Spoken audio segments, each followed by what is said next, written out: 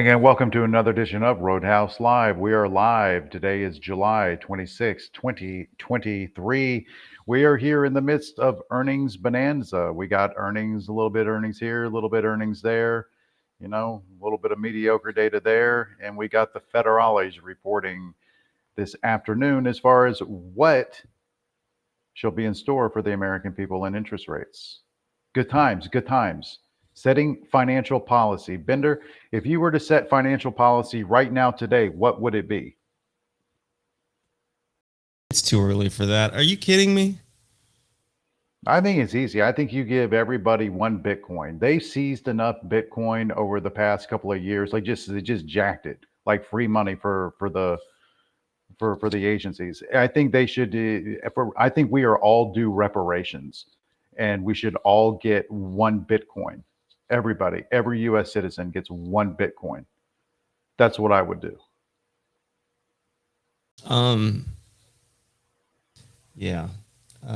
They don't give shit away though. I mean, they do, but then they figure out a way to make us. Yeah, they make us all pay for it in the end anyway. Yeah, but they've seized they have literally seized so much Bitcoin that how much Bitcoin are we talking about that they've seized? Anybody got numbers on that?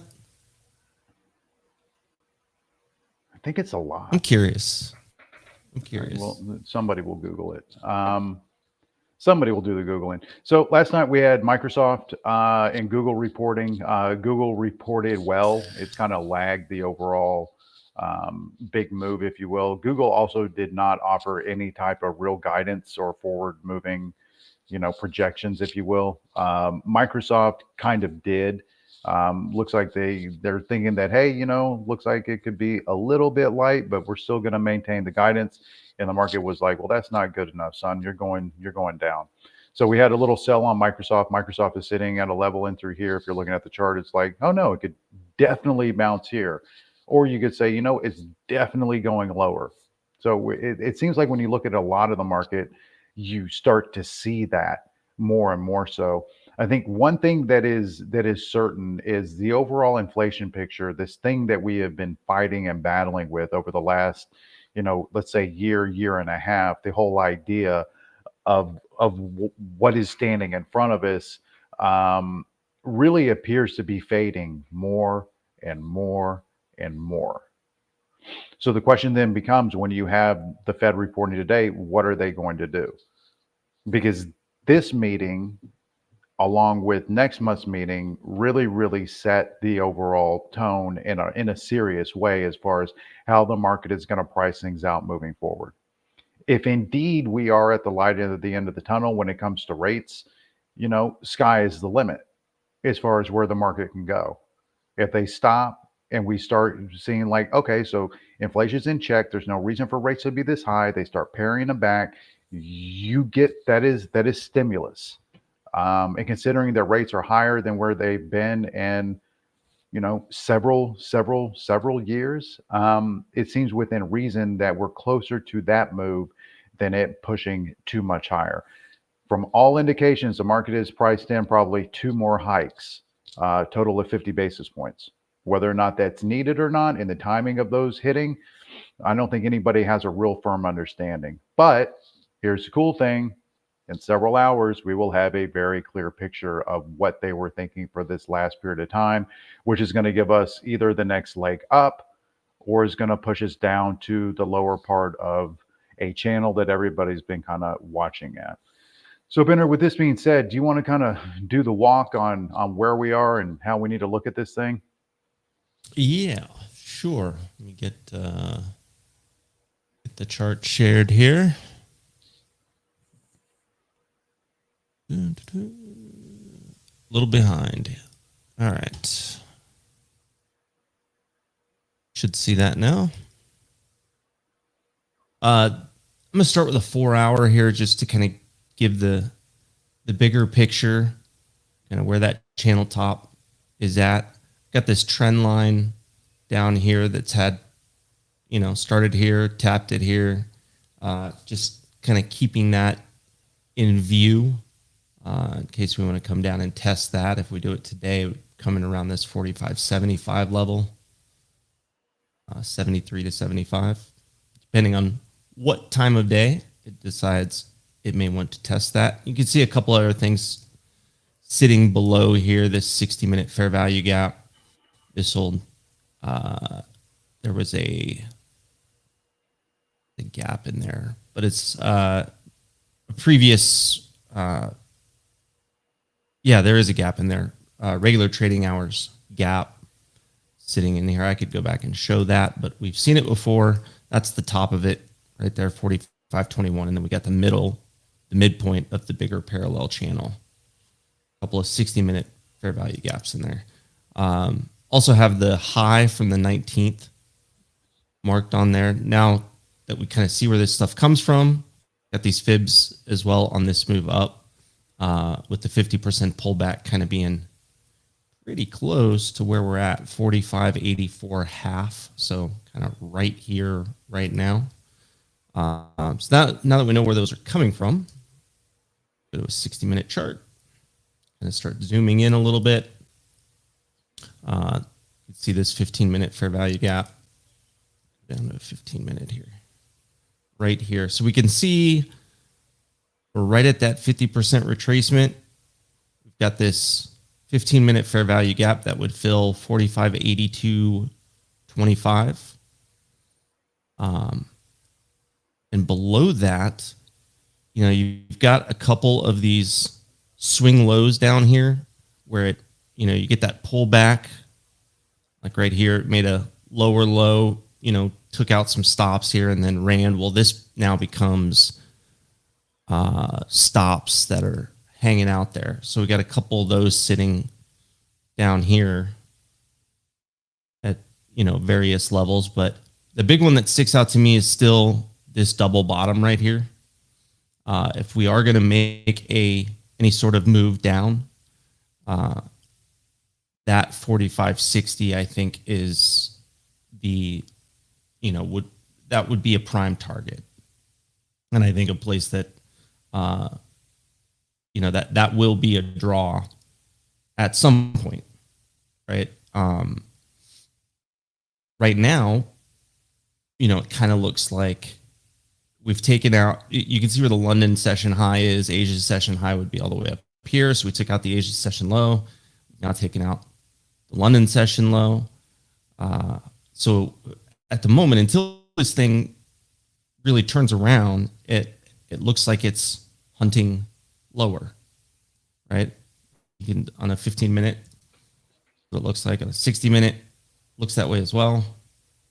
It's not until you zoom out, that the like bigger that chart picture looks like move. you have to take a shot, man.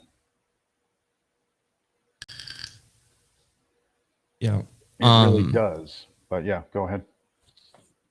Yeah. So going back to the 15-minute, again, we've got some of these areas down here that become that draw, but I think the bigger one is down here at 45.60. If they're gonna reverse course here and turn this thing around and rally higher, I think,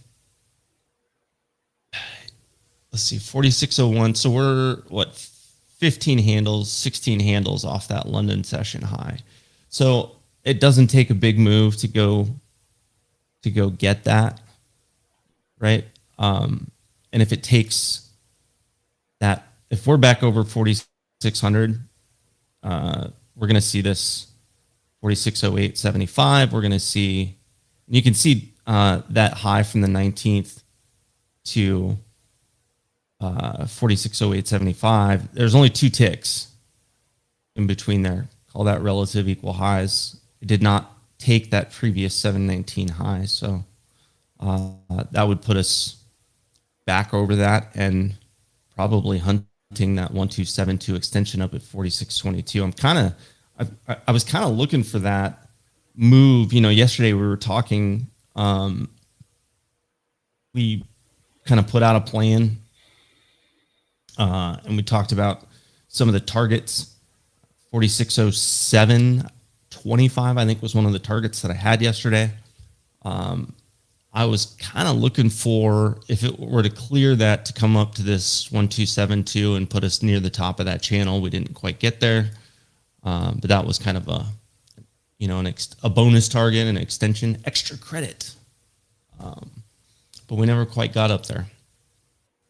If we get another move over 4608, I would be looking for it to come up to this extension. And on the flip side, if we take out 4579.25 and it's not a wick pullback up, if it breaks below that and that becomes resistance, then I'd be looking for it to come down to that trend line, probably fill in this. This is the top of a 60-minute fair value gap, but I'd be looking for it to probably come, honestly, and hunt that 4560 level. And that'd give you another 20 points down if it breaks this. That's kind of, that gives you, you know, 25, 30 down, targets 30 up. So let's see what they give us. But this is what I'm looking at. I've mentioned this a couple times now. I think that I would not be surprised. When do we get Apple? Next week? I think it's next week. I want to say it's like the 3rd. If memory is serving me, let me pull it up. So I'd be pretty surprised if we get any sort of meaningful sell-off before Apple reports. Yes, 3rd. I think there's, you know, a better chance that can happen after Apple reports. And I right now, just based on kind of the time cycles and things that I'm looking at, I think there's a better chance that the market holds up until after Apple reports. And then, you know, I'm kind of right now, the rough draft plan is to get a pullback to buy in the back half of August, near the bottom of that parallel channel. There's a lot of folks that are looking for a pullback to the 50-day moving average, which would come in somewhere near the bottom of that parallel channel. Out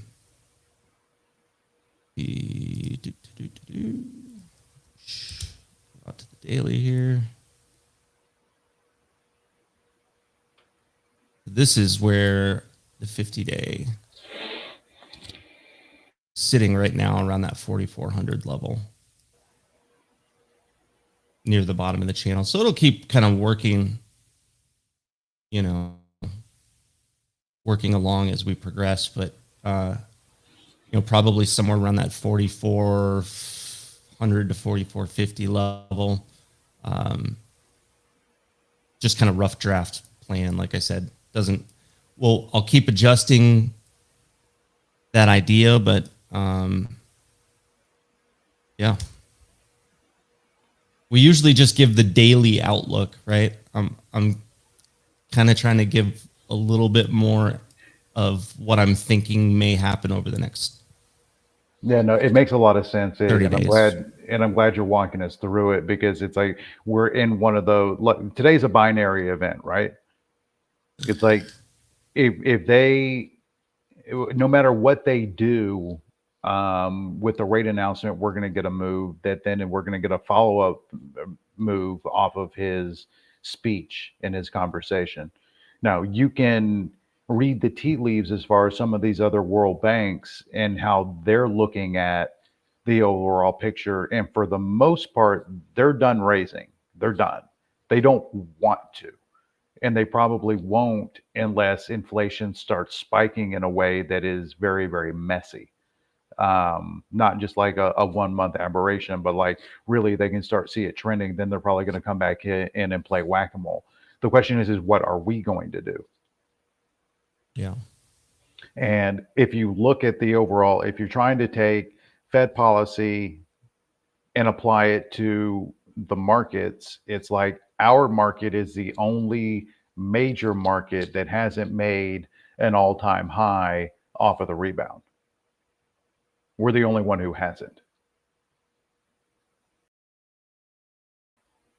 It's kind of interesting. Yeah. Considering that we're the ones that, love it, hate it, whatever you want to call it. We're the ones who literally make the fucking world go round. So that's kind of interesting in and of itself, in my opinion. All right, very good. You got anything else? No, I think that's about it. All right, let's try to swoop back into some Bitcoin at the end to close it out with that chart. But Sonny, what you got for us, man? Morning, everyone. Price target upgrades. Some nice names in there. 5.9 raised to 105 from 85. Spotify raised to 150. Alphabet raised to 160. Visa raised to 275. Upgrades, just a couple of them. NTAP, Weight Watchers, and MSTR raised to outperform with the price target of 520. That's interesting. Yeah. Downgrades, Omega Health, OHI. This one had some flow yesterday. I saw that. RTX. So they're downgraded based on news. So there's some, they have an engine problem. Most of them are in the Airbus aircraft, and they expect it's going to be expensive, they said. They didn't put a number on it. It's going to take them about 9 to 12 months to replace. Yeah, and we saw a lot engines. of not bullish flow on Raytheon. I think I said that several times yesterday. Just not bullish. A lot of call writing, not a massive amount of puts, but a lot of call writing. Yep. That was one of the notable flows too yesterday. They kept sneaking it in. And the other downgrade is Target TGT. Short float movers, GRR. Gorilla Technology, the price, Cantor Fitzgerald raised the price target to 480. It made some moves today. It has a high short interest. This is a nice mover if anybody likes to scalp with comments on that. So the merger about PACW and BANC, they had halted it. We saw a whole bunch of 5 puts that come in. I think those people got railroaded. It's back up to $10 once they opened it after hours, and it's hovering around that number now. On the news side, Moderna and Merck has launched their late stage study for cancer vaccine. They're launching their phase 3 trial of Moderna's V940, which is a treatment for people with high risk stage 4 melanoma. So definitely watch that. Executives from Foxconn, Micron, and AMD had attended a conference in India to boost their investment there. India is looking to be a semiconductor hub worth about like $80 to $90 billion in the next 5 years. The IMF raised the 2023 global growth forecast to 3% from 2.8%. And the last one I think is interesting. Sonny, did they cite why? I tried to find some data on that. Was there any reason that they gave that you could find? No, I didn't. There was just a headline and, with the garbage piece, 2-line explanation. They didn't put anything else out on it. Okay. And, I think 2 weeks ago, they had brought it down from 2.8 to 2.6% or something. So they're like, spin the ball and see where it lands and pick a number. Yeah, that's what it feels like. Yeah. This one's interesting. So the U.S. House of Representatives is going to hold a hearing to consider legislation to speed up the adoption of self-driving cars. Imagine that. This has been petitioned by GM, the Cruise subsidiary. So I would keep an eye on LiDAR stock names like MBLY, Laser. There's a few of the cheap ones to see some movement in that, if not today, in the next week or so. I'm sure there's going to be some headlines being put out. So keep an eye on those names. And that's about it. All right, very good. Paging Stonkington, what you got for us, buddy? I'm here. I'm ready. Let's do this. Get some screens going. Here we go. Today I have a quote from a Mr. Marcus Garvey. He's a Jamaican political activist. And he says, If you have no confidence in self, you are twice defeated in the race of life. With confidence, you have won before you've even started. Thanks, Marcus. Let's be confident. Let's make some money. Let's do this. I wanted to just take a quick minute to talk about yesterday. And yesterday we saw an attempt to take a shot at regional banks, and it seemed like it was a bunch of bullshit. And here is one way that we can tell why. When Silicon Valley Bank went down, this is what Bitcoin did on that exact day, March 9th, 2023. Bitcoin popped the fuck off, right? And yesterday, Bitcoin didn't care at all when they started pumping those headlines. I mean, it still looks good. I would say this is potentially a massive bull flag on the daily. And we can see, you know, what they're going to do with it. But in terms of overall perspective, with these banking headlines where it's like seems like they're really trying to stir some stuff up and shake some people out. This is one signal that we can use to tell that that's just, you know, they're trying to create some mayhem or whatever you want to call it. Another indicator there would be gold. If we do the same thing, I'm going to clean this up. If we go back here, check out what gold did once Silicon Valley Bank died. Same time frame. So interesting. I mean, gold's been getting a nice little move. Usually gets a nice little move around the Fed, but some things that we can keep in mind as they are pumping in headlines about regional banks, where you know, these can be some of our outside indicators. So I thought that was interesting to just take a quick look at. And let's jump into some other charts here. We'll get into Moderna later. Let's start on the NASDAQ. Let's see. So we have this massive megaphone thing on the hourly. We have the inverse head and shoulders that we looked at yesterday that worked. And then we went up, and this gold box above is going to be a daily fair value gap, which is the portion that's unfilled. So if we really start cooking to the upside, first we would have to pop this order block line we talked a little bit about yesterday, although you know, we were able to pop it, bounce, and now we used it as resistance.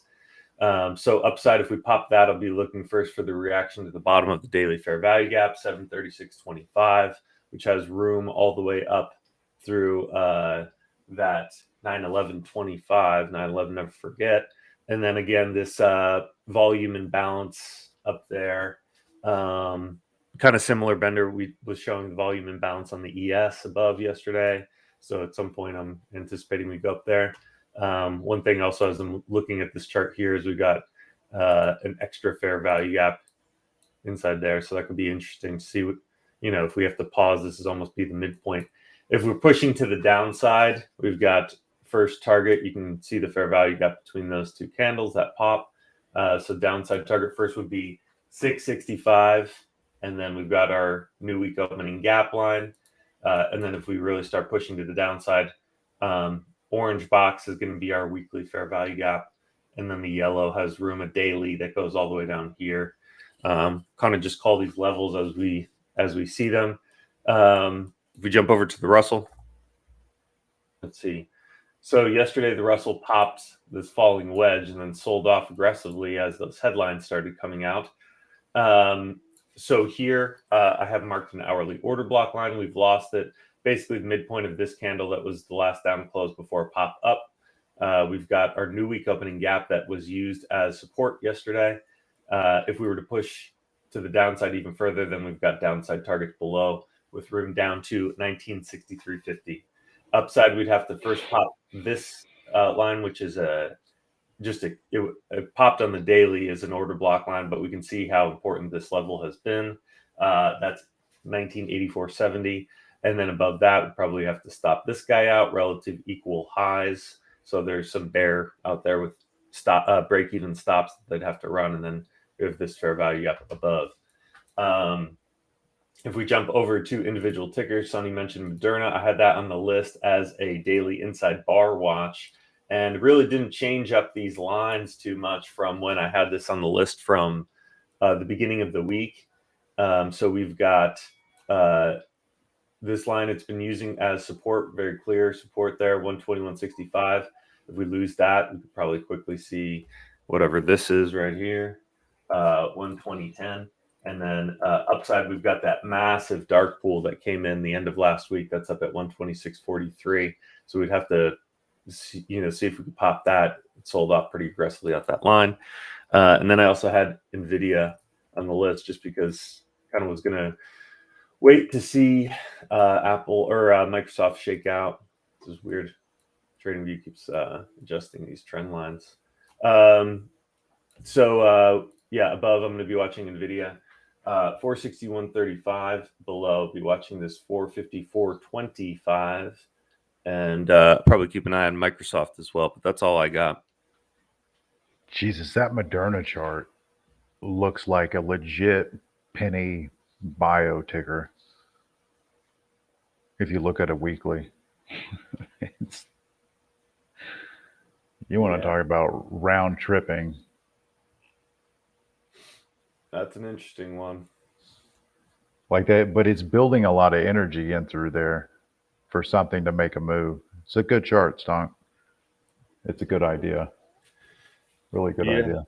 We'll see what it doesn't get a lot of flow either. All I've seen lately is arbitrage. So we'll have to see if they start. Because usually when it gets like real money, like that 6-digit flow stamping in, you get direction. You get it'll offer it. All right, so we have Federales. We have Meta reporting tonight.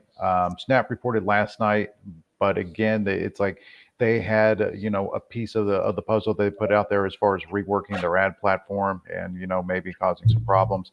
It seems like I don't want to say every call, but many of these calls so far, their numbers are coming in well, but there's a caveat as far as something that they may be doing internally that could slow things down next quarter.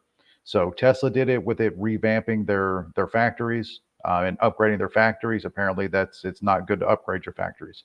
I think Microsoft talked about something along those lines yesterday. Snap talked about something along those lines yesterday. It's like it's all this same thing. And a lot of it is, you can surmise, if you will, that some of it could be them just kind of hedging the overall environment, knowing that they're at elevated highs and through here. So the Fed is going to give us direction. I think Meta's report is fairly important when it comes to ad-based type tickers. Even though Google did report, they're one, but I think that could actually have a direct impact, more so on Amazon than anybody else if we're looking at it. So that's all I got. The only flow that was really kind of ringing at me in a positive way, AMD was getting some taps. AMD got several upside taps that were interesting. There's a lot of tickers that are still in kind of like this no touch zone. It's really interesting. You got anything else on flow, Stonk? Anything you want to put out there? It seemed hesitant a bit yesterday. It was like, we've had a few weeks of like some really clear shots being taken, and then, maybe some hedge type stuff, a little bit of less, I think we saw some bulls stretches yesterday on maybe more individual names. Mm-hmm. But indices that seemed a bit hesitant would be interesting to see today.